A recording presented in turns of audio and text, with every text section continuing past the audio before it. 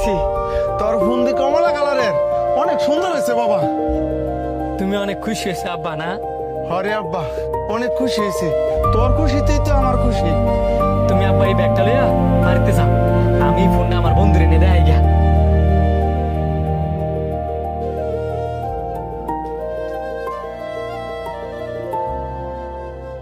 বন্ধু, এই দেখ আইফোন লইছি।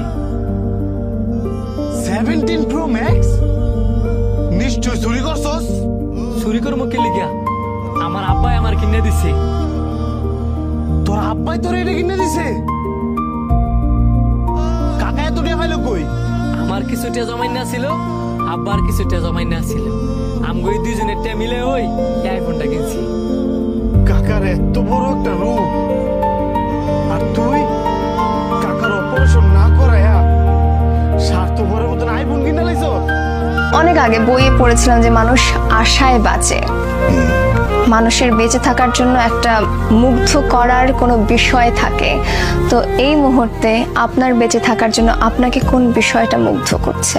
দুরাশা কিন্তু ভালো জিনিস না। দুরাশা বলতে আমি বলছি এইটা যে তুমি এমন কিছু আশা করবে না যেটা তোমার নাগালের বাইরে। তোমার নাগালের বাইরে যেটা, সেটা যখনই তুমি আশা করবে সেটা দুরাশা। দুরাশাটা করতে নেই। আশা করো যা তোমার ক্ষমতার ভেতরে আছে, যা তুমি অর্জন করতে পারবে, যা তুমি গ্রহণ করতে পারবে, ওইটুকু আশা নিয়েই মানুষ বাঁচে। অনেক সময় অনেক আশাই পূর্ণ হয় না। কি কস আমার আব্বার রোগ? আমার আব্বার রোগ আমি জানি না, আর তুই জানস?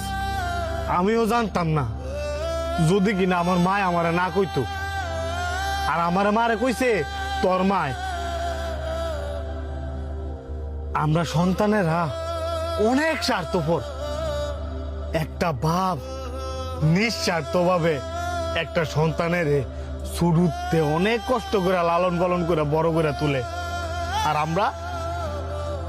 আমরা সন্তানেরা ওই বাপেরই একটা খোঁজ খবর লই না যে বাপটা কেমন আছে। হ্যাঁ, খোঁজ খবর লই কখন? যখন আমাদের প্রয়োজন হয়। এছাড়া বাপের লগে দুই